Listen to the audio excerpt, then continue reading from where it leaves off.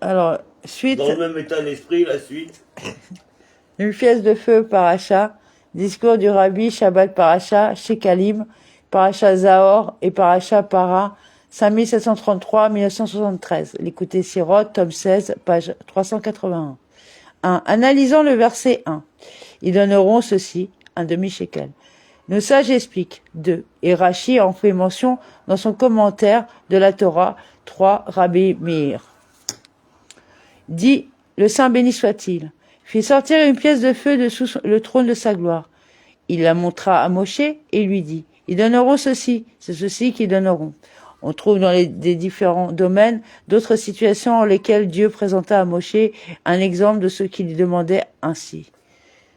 A. Moshe s'interrogea sur la confection du chandelier, jusqu'à ce que Dieu lui montre un chandelier de feu. 5. B.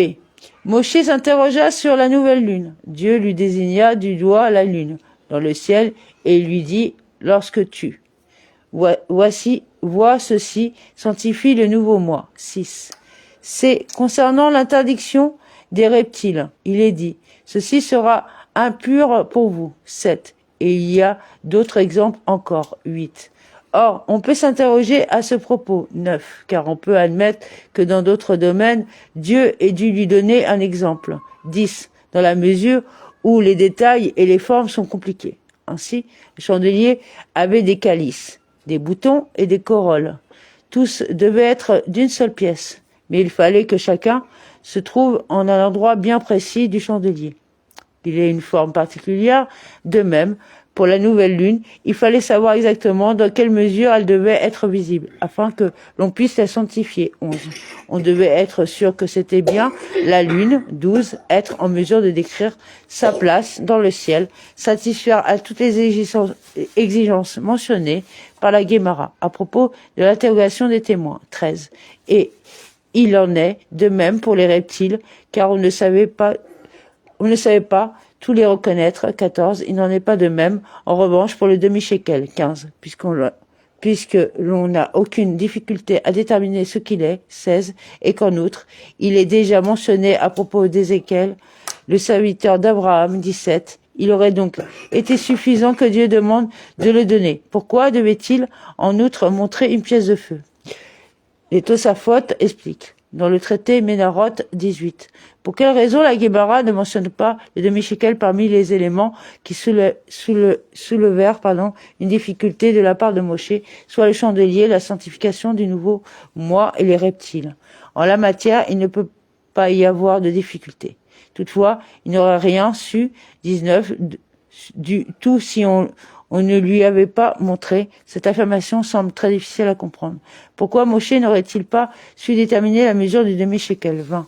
Et même s'il ne l'avait pas su, Dieu aurait pu lui communiquer oralement ce que devait être 21 sa mesure et son poids. 22.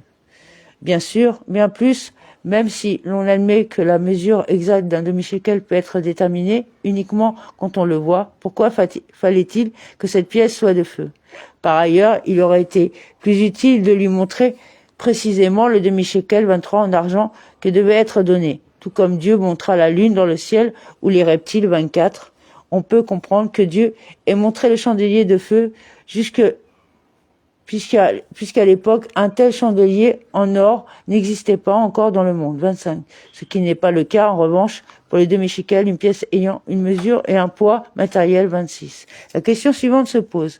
En outre, les Tosafot dans le traité Roulin 27 répondent à la question qui pose dans le traité Ménarot sur le fait que le demi-shekel n'est pas mentionné parmi toutes les pratiques qui posèrent difficulté à Moshe. Ils disent concernant ces shekalim, bien que Dieu les lui ait montrés, il n'y avait pas réellement de difficulté à leur propos, mais plutôt un étonnement. Que peut donner un homme pour assurer le rachat de son âme? 28. C'est pour cette raison que Dieu les lui montra. Or, les deux explications des Tosafot, semblent introduites des raisonnements allant en sens opposé. D'après ce qu'ils disent dans le traité Ménarot, Moshe avait une réelle difficulté à propos du demi-shekel, dès lors que il n'aurait rien du tout su.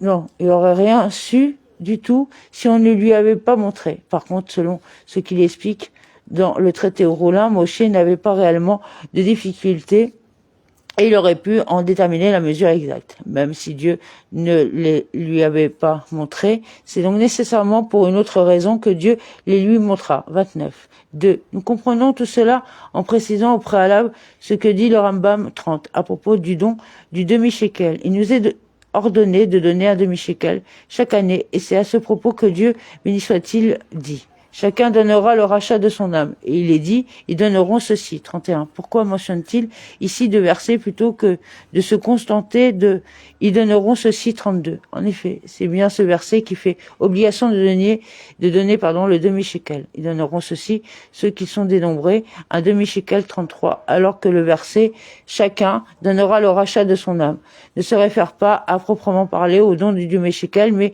indique uniquement que si tu comptes les têtes des enfants d'Israël, dès lors, chacun donnera le rachat de son âme, afin que le malheur ne les atteigne pas, quand on les compte. 3. L'explication de tout cela est la suivante. La misva du demi-shekel comprend deux principes. A. Il doit être donné en une seule fois. Comme le précise le Rambam 34, on ne le donne pas en plusieurs fois un peu. Aujourd'hui est un peu demain, mais on donne la totalité en une seule fois. B. Il faut donner une pièce d'un demi-shekel d'argent, 35, mais non pas, bien entendu, un objet ayant une valeur marchande d'un demi-shekel 36. Commentons cette précision du Rambam selon laquelle on le donne en une seule fois. Le Rab de Ragat Shov en énonce la raison. 37. Il précise que le demi-shekel doit être considéré comme un sacrifice et une expiation, laquelle ne peut pas être obtenue en plusieurs fois. Comme le dit le Gemara 38 à propos du vol du converti. Si on n'en restitue que la moitié au Kohen, on ne s'est pas acquitté de son obligation car la Torah parle d'une expiation. Cette définition du demi-shekel sous la forme d'un sacrifice et d'une expiation peut être interprétée de deux façons. A. L'expiation apportée par le demi-shekel réside dans le fait que celui-ci permet d'acheter des sacrifices publics, lesquels rachètent les hommes tout au long de l'année. 39. B. Le fait même de donner demi-shekel constitue une expiation, un sacrifice individuel. On peut voir en cela une discussion entre Rashi et le Rambam. Rashi explique 40.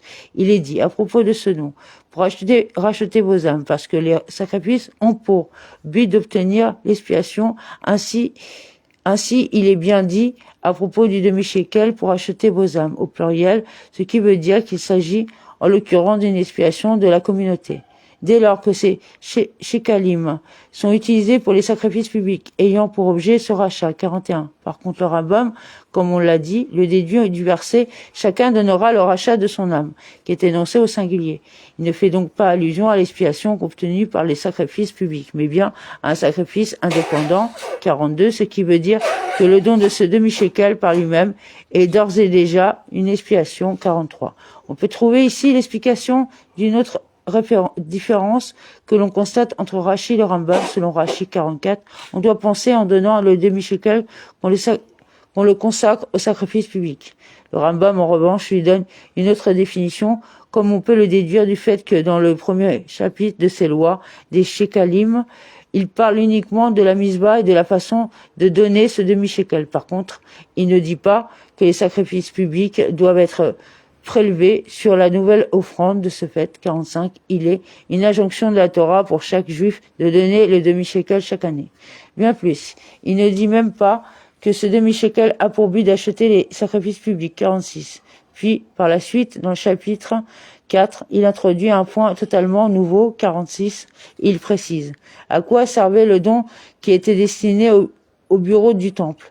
On s'en servait pour les sacrifices perpétuels de chaque jour, pour les sacrifices supplémentaires et pour tous les sacrifices publics. Il résulte que lors du don proprement dit, du demi-shekel, il importe peu de savoir que celui-ci sera utilisé par la suite. Pour les sacrifices publics, en effet, il constitue d'ores et déjà par lui-même un sacrifice et une expiation. Certes, concrètement, c'est bien avec ce qui a été donné au bureau du temple, c'est-à-dire avec le demi-shekel, que l'on achète les sacrifices publics. Néanmoins, il n'y a là qu'un aspect totalement indépendant. 47. 4. Ce qui vient d'être dit nous permettra de comprendre la raison pour laquelle le Rambam, dans son Sefer A, Misvot cite les deux versets que l'on a mentionnés en effet. Chacun d'eux enseigne un aspect spécifique de la Misvot de donner le demi-shekel, le verset chacun donnera le rachat de son âme. Souligne que le demi-shekel est une expiation au même titre qu'un sacrifice et le verset, ils donneront ceci, précise qu'il s'agit bien d'un don unique. Ceci, non pas la collection de digueras différents qui pourraient être remis en plusieurs fois, mais bien un seul demi-shekel ou encore selon l'expression du Rav de Ragachov 48, une mesure intrinsèque, non pas une mesure obtenue par une somme. Il en résulte deux principes, l'un concernant ce don par rapport à l'homme et l'autre s'appliquant à l'objet. Au demi-shekel, le verset « Chacun donnera le rachat de son âme » s'applique à l'homme 49 qui doit effectuer ce don en une seule fois et non par moitié 50. Comme on l'a dit, en outre, le verset « Ils donneront ceci se rapportant à l'objet qui doit être donné » fait obligation que celui-ci, 51, soit un demi-shekel, 52, une pièce de cette valeur, mais non de l'argent ayant une mesure et un poids correspondant. Et l'on peut donner penser qu'il doit précisément en être ainsi et que le Rambam le souligne par l'emploi de ces deux expressions. Il le donne tout entier, d'une part, en une seule fois, d'autre part. 53. 5. Ce qui vient d'être dit nous permettra de comprendre l'explication du verset. Ils donneront ceci, soit le Saint béni soit-il fit sortir dessous le trône de sa gloire une pièce de feu. Il la montra à Moshe et il lui dit, ils donneront ceci, c'est ceci qu'ils donneront. En outre, on pourra aussi établir la raison pour laquelle Dieu montra à Moshe précisément une pièce de feu. En effet, la différence entre le feu et les autres éléments fondamentaux de la matière créée, 53, est la suivante. Les autres éléments, l'air, l'eau et la terre, sont évalués quantitativement par la place qu'ils occupent, ou encore par leur valeur, c'est-à-dire par la surface sur laquelle ils s'étalent, ou bien par le montant auquel ils sont évalués. Le feu, par contre, n'est pas mesuré par la place qu'il occupe. Il n'est pas limité à une certaine surface dans l'espace. L'existence du feu est avant tout qualitative, 54, de sorte qu'un peu de feu peut se répandre largement, 55. De ce fait, si Dieu avait montré à Moshe une pièce d'argent, il ne lui aurait pas signifié clairement ce qu'est cette misva et ce que les enfants d'Israël doivent donner. L'injonction porte-t-elle sur une quantité qui est suffisante, celle d'un demi-shekel, auquel cas on peut donner ce que l'on veut dès lors que l'on a atteint cette valeur, ou bien doit-il s'agir précisément d'argent d'un poids d'un demi-shekel ou encore d'une pièce ayant un poids d'un demi-shekel. C'est pour cela que Dieu lui montra comme une pièce de feu dont le poids est un demi-shekel. En d'autres termes, cette misva n'est pas quantitative, elle n'est pas définie par sa valeur, ni même par le poids de l'argent, un demi-shekel, mais bien par un objet, une pièce d'un demi-shekel proprement dite. 56. Ainsi, la misva ne consiste pas à donner un poids d'argent d'une valeur d'un demi-shekel avec tout au plus une condition accessoire selon laquelle cet argent doit avoir la forme d'une pièce. En fait, la définition même de cette misva est le don d'une pièce d'un demi-shekel. Ils donneront ceci. Or, cette définition est exprimée précisément par une pièce de feu, élément qui n'est pas mesuré par sa valeur, comme on l'a dit, mais uniquement par son existence en tant que feu. Bien entendu, il ne s'agit pas de donner une pièce de feu à proprement parler. Le terme ceci désigne donc ici la particularité d'une pièce de feu dont on trouve l'équivalent dans une pièce d'argent. 6. Ce qui vient d'être dit nous permettra de comprendre les deux explications des Tosafot citées au paragraphe 1 qui ne sont pas divergentes mais correspondent en fait à ces deux définitions du don du demi-shekel dans le traité Ménarot. Les Tosafot disent faisant allusion à la pièce qu'il fallait apporter 57. Il n'aurait rien su du tout si on ne lui avait pas montré. Si Dieu ne lui avait pas montré une pièce de feu, Moshe non seulement aurait eu des difficultés, mais bien plus, n'aurait pas su ce que veut dire l'expression « ils donneront ceci ». La condition relative à l'objet, à la pièce proprement dite, qui est ainsi posée, comme on vient de le montrer longuement, dans le traité Roulin. En revanche, les Tosafot considèrent que l'étonnement de Moshe portait sur le don de la part de l'homme. Que peut donner un homme pour assurer le rachat de son âme? Selon cette définition, le demi-shekel n'est pas un sacrifice. 58.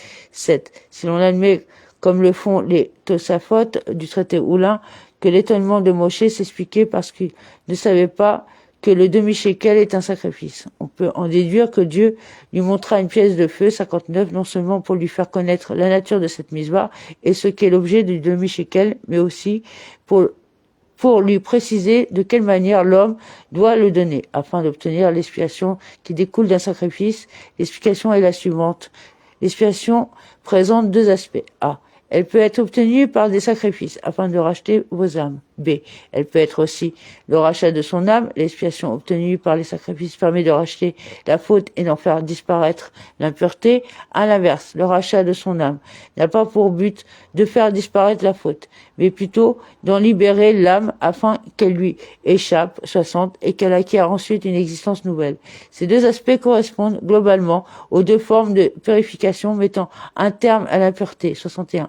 Ainsi, l'immersion dans l'eau ôte l'impureté, mais l'on peut aussi tremper dans le feu, et du reste, la Guémara considère, 62, que l'immersion primordiale est celle du feu. Néanmoins, celle-ci n'a pas pour but de purifier, 63, mais elle a pour exactement un effet comparable à celui du feu. C'est ainsi qu'un ustensile que l'on repasse au four est considéré comme neuf, 64, ayant ainsi acquis une nouvelle existence. Telle est donc la différence qui peut être faite entre l'expiation obtenue par les sacrifices et le rachat de l'âme, résultant du demi-shekel de façon générale. Les sacrifices rachètent les fautes qui ont été commises par inadvertance, 65, mais non en tout état de cause, celles qui sont punies par le retranchement de l'âme ou bien la condamnation à mort ayant été prononcée par le tribunal, 66. L'effet du demi-shekel, en revanche, est similaire à celui qu'a eu la première fois l'expiation de la faute du veau d'or, 67, laquelle remet en cause la base même de l'existence et entraîne une condamnation à mort. En pareil cas, le rachat de l'âme permet effectivement d'accéder à une existence nouvelle. C'est également cet aspect que Dieu révéla en montrant à Moshe une pièce de feu. Ainsi, l'expiation du demi-shekel est bien comparable à l'immersion dans le feu qui permet d'accéder à une existence nouvelle. 68. 8. Il en résulte que Dieu montra à Moshe une pièce de feu afin de souligner que le don du demi-shekel n'est pas lié à une valeur ou à un poids, mais que, bien au contraire, ils donneront ceci, comme on vient de l'expliquer longuement. Rachi, en revanche, considère que cette pièce de feu avait bien un poids, 69, d'un demi-shekel, de sorte que il lui montra comme une pièce de feu dont le poids était un demi-shekel. Dieu fit de cette façon un miracle au sein d'un autre. Non seulement la pièce était en feu, mais en outre, elle avait un poids. Il en résulte bien que Dieu révéla également à Moshe de la sorte un fait nouveau concernant le poids, une idée que Moshe n'aurait pas pu comprendre par lui-même si Dieu ne lui avait pas montré comme une pièce de feu dont le poids était un demi-shekel. En d'autres termes, dans ce don du demi-shekel, il importe non seulement que la pièce soit en feu, mais aussi que cette pièce de feu ait un poids. 9. Nous comprenons tout cela en précisant au préalable l'étonnement de Moshe rapporté par les Tosafot précédemment cités. Que peut donner un homme pour acheter son âme? Auquel Dieu répondit en lui montrant une pièce de feu. La référence en est le Midrash 70 qui explique que la nécessité de donner le rachat de son âme est l'un des 3 points que Moshe entendit directement de Dieu, en fut épouvanté et recula. Quand 71, le Saint béni soit-il, lui dit « Ordonne aux enfants d'Israël, mon sacrifice, mon pain pour mon feu. » Moshe s'interrogea. Qui pourra offrir des sacrifices suffisants pour lui. Même si nous lui sacrifions tous les animaux du champ, cela ne serait pas suffisant. Le Saint béni soit-il lui répondit, alors, je ne te demande pas en fonction de ma force, mais de la leur. Quand le Saint béni soit-il lui dit, ils me feront un sanctuaire et je résiderai parmi eux. Moshe s'interrogea, qui pourra faire un sanctuaire dans lequel il sera en mesure? Les cieux des cieux ne le contiennent pas. Le Saint béni soit-il lui répondit alors, je ne demande pas en fonction de ma force, mais de la leur. On peut se poser ici la question suivante, selon ce qui est dit ici. Moshe avait déjà obtenu au préalable 71 à propos du sanctuaire la précision de Dieu, selon laquelle je ne demande pas en fonction de ma force, mais de la leur. Pourquoi donc fut-il épouvanté? Pourquoi s'étonnait-il quand il entendit les mots? Chacun donnera le rachat de son âme. En apparence, on ne peut pas dire que le fait nouveau et l'étonnement de Moshe étaient liés, en l'occurrence, à la faute du veau d'or, qui remet en cause l'existence même de chacun, comme on l'a indiqué au préalable 72. En effet, on en avait déjà rencontré l'équivalent avant cela, puisque Dieu avait demandé de prendre un bœuf pendant les jours d'inauguration du sanctuaire, afin de racheter 73 la faute du veau d'or apparentée au bœuf 73. L'explication est en fait la suivante. Pour le sanctuaire, il était bien clair que pour les enfants d'Israël que ce qu'ils faisaient était selon leur force. En effet, leur participation était basée sur la générosité de leur cœur. Quiconque se porte volontaire en son cœur 74, quiconque est généreux en son cœur l'apportera 75. Il en était donc de même pour le sacrifice du bœuf. Il est dit en effet à propos de chaque sacrifice que il offrira selon sa volonté 76. Ainsi, cette bonne volonté qui est nécessaire de la part du donateur effectuant le sacrifice souligne que celui-ci est bien selon leur force, selon la force d'Israël. Le demi-shekel, en revanche, devait être donné par chacun qui le veuille ou non. Bien plus, la Lara précise que l'on contraint à le donner celui qui ne l'a pas fait. Tant qu'il ne s'en est pas acquitté, on prélève un gage et on saisit un objet, le cas échéant, par la force, même s'il s'agit de son vêtement. 77. Certes, on peut avoir recours à la contrainte également pour les sacrifices, néanmoins, il est alors dit que on le comptera jusqu'à ce qu'il dise « je le veux », 78, ce qui veut dire que pour que le sacrifice soit offert, l'homme doit prononcer les mots « je le veux ». En apparence, cet homme semble dire ces mots sous la contrainte, mais en réalité, sa déclaration est vraie, car au fond de son âme, chacun désire mettre en pratique la volonté de Dieu, comme le Rambam l'établit 79. Il n'en est pas de même, en revanche, pour le demi-shekel, puisqu'il n'est pas dit le concernant qu'un juif doit déclarer « je le veux », celui-ci n'est donc pas nécessairement donné de plein gré. En effet, ce don n'est en l'occurrence qu'un geste extérieur effectué par la main, alors que l'âme n'intervient pas à l'évidence dans cette action. Dès lors, comment une telle action peut-elle être le rachat de l'âme 80, alors qu'elle n'est pas sa force, celle d'un juif? C'est pour cette raison que Dieu montra à Moshe une pièce de feu d'un poids d'un demi-shekel émanant, comme le précise le Midrash, dessous le trône de son honneur. C'est ce que nous préciserons. 10. La raison profonde pour laquelle le principe selon lequel on le contraint jusqu'à ce qu'ils disent « je le veux » ne s'applique pas au demi-shekel, ce qui soulève une difficulté en particulier parce que ce demi-shekel est considéré comme un sacrifice, selon l'explication du paragraphe 3 et la suivante. Le demi-shekel avait pour but d'expier la faute du veau d'or, lequel, comme on l'a dit, remettait en cause le fondement même de l'existence d'un juif, le détacher également par son âme et par la dimension profonde de sa personnalité, ce qu'à Dieu ne plaise. C'est la raison pour laquelle il n'est d'aucune utilité en la matière de le contraindre à dire « je le veux ». Ceci ne permettrait pas à sa volonté et à la dimension profonde de son âme de s'exprimer à l'évidence. C'est la raison pour laquelle Dieu lui montra une pièce de feu qui fit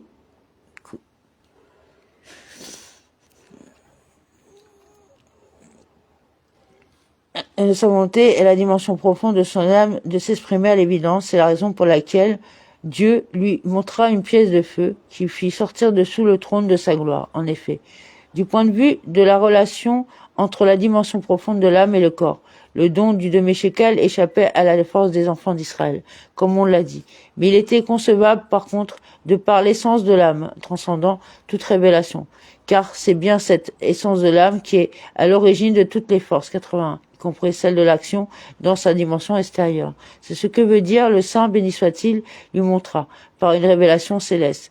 Dieu mit en évidence la pièce de feu émanant dessous le trône de sa gloire. Le feu de l'âme, son essence implantée là-haut, sous le trône de sa gloire. Nos sages disent, 82, en effet, que les âmes sont taillées sous le trône de gloire. 83. Dieu révéla tout cela et l'exprima en un poids. Ainsi, l'essence de l'âme investit la totalité de cette âme avec toutes ses forces, y compris ici-bas, dans la dimension du poids. Ce qui veut dire que la pièce de feu, l'essence de l'âme, n'est pas séparée des forces intervenant dans le don matériel. Bien au contraire, c'est cette pièce de feu elle-même qui a un poids d'un demi-shekel. Car comme on l'a dit, c'est bien l'essence de l'âme qui est à l'origine de toutes les forces de ce fait. Même si un juif donne le demi-shekel sans dire « je le veux », ce don n'a pas moins un poids, il est matériel physique. Bien qu'il ne soit pas voulu, bien qu'il exclue tout enthousiasme, il conserve malgré tout ce poids. Il est lourd et attiré vers le bas. L'effort et même la contrainte sont alors nécessaires. Néanmoins, selon strictement la vérité qui est le caractère du demi-shekel, un tel don de la part des Juifs implique le feu de l'âme, l'aspect véritable et profond de sa force d'action.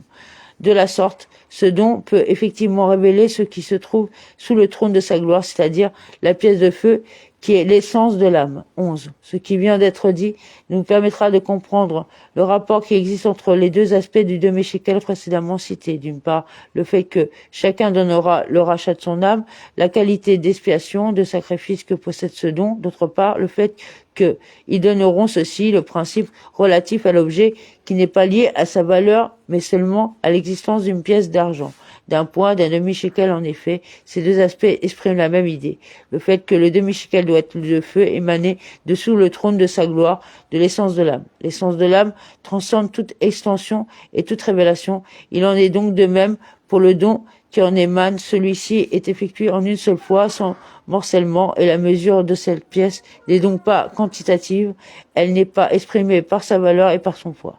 Elle est qualitative et elle procède de l'essence. C'est pour cette raison que l'expiation procurée par le demi-shekel est comparable au feu, qu'elle transcende celle des sacrifices, comme on l'a dit au paragraphe 7. De la sorte, l'homme acquiert une existence nouvelle, car la révélation de l'essence de son âme transforme toutes ses formes, 84, au point de faire de lui un homme neuf. 12. Toutefois, le Saint béni soit-il, fit sortir comme une pièce de feu, et il la montra à Moshe après, 85, que ce dernier était épouvanté et avait reculé. Lorsque Moshe, sagesse, 86 de la sainteté, est saisi par la crainte, ne pouvant comprendre comment une action et une réalisation extérieure sont susceptibles de provoquer l'expiation, il est alors nécessaire, 85, que Dieu montre et révèle du haut vers le bas le feu de l'âme, de sorte que celui-ci reçoive un poids. C'est alors cette essence de l'âme elle-même qui s'exprime d'une manière évidente en ses forces, y compris en l'action concrète d'un juif. Il y a là un enseignement pour le service de Dieu de chacun. Il peut arriver en effet qu'un juif n'ait pas de plaisir, pas d'enthousiasme à étudier la Torah ou à mettre en pratique la mitzvah.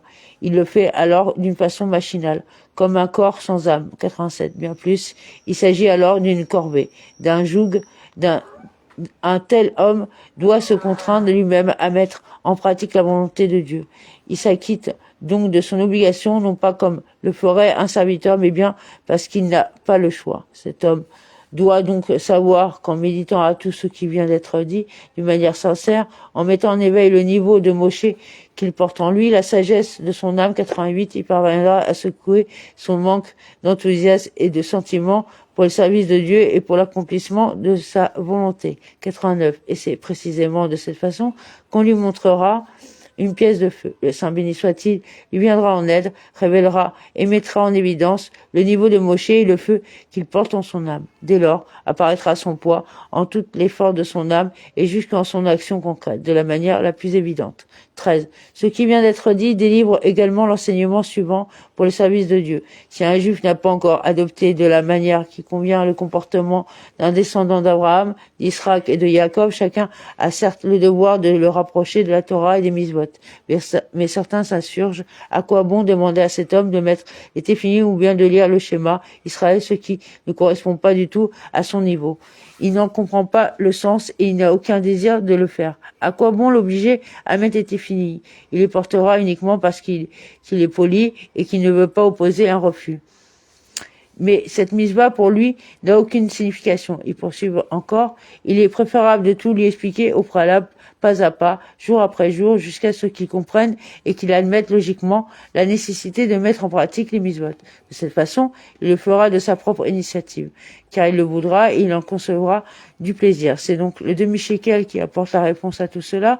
Même si un juif ne met pas la mitzvah en pratique que du fait de son poids, sans plaisir, sans volonté ou même sous la contrainte, Dieu lui montrera qu'il s'agit bien là d'une pièce de feu émanant du feu de l'essence de l'âme. C'est donc bien sa volonté et son plaisir véritable qui est investi en cette pratique. Bien plus, c'est précisément en conduisant son prochain à mettre en pratique la mitzvah, le cas échéant en se contraignant à le faire, ce qui permet de mettre en éveil le feu de l'âme que l'on obtiendra au final. La révélation à l'évidence de la pièce de feu au point d'avoir un poids jusque dans l'action concrète. Ainsi, on en fera sa volonté et son plaisir, d'une manière incontestable. Finalement, on accomplira bien la mitzvah par tout son enthousiasme avec le feu de l'âme. En outre, ceci hâtera l'offrande de sacrifice lesquels étaient acquis, 90, avec le demi-shekel dans le 3e temple. dans la ville sainte de Jérusalem, puisque c'est dans le feu que tu la reconstruiras, 91, et je serai une muraille de feu autour d'elle.